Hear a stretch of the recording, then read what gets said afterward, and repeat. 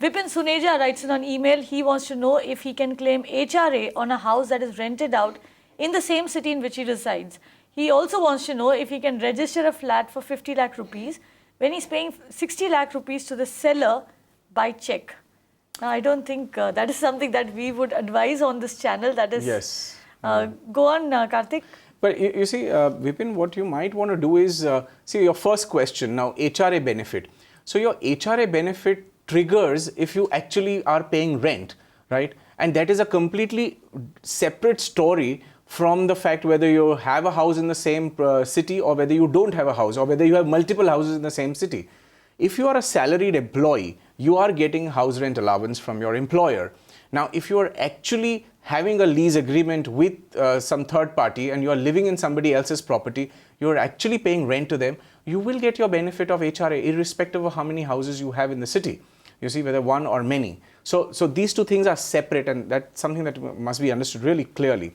Now, the other thing is, can you pay stamp duty and register a flat for 50 lakhs when you're paying 60 lakhs by cheque? Now, my sense is that if you're paying more than what your agreement is, as soon as you go to the sub-registrar's office, from what I understand, they will look at the ready reckoner rate. So typically the stamp duty these days is paid on the value which is higher of your agreement value and the value of the ready reckoner. So that's the general guideline which is used for the payment of stamp duties here.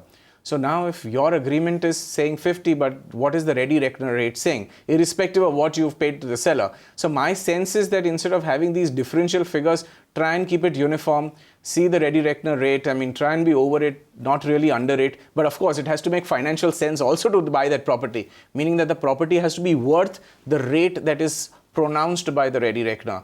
Because often it so happens that the ready reckoner might be quoting a value which is 10 or 20% high, and a lot of deals are actually not happening because of this but I don't think provision. that is really the problem over here, Kartik. What it looks to me is it's a completely different issue over here. Yeah. But Vipin, what you need to understand when you get into transactions like this is also that the 50 lakh that you're signing to on the agreement is at the end of the day is going to be the value of the flat. The flat is going to be valued starting at that 50 lakh rupees.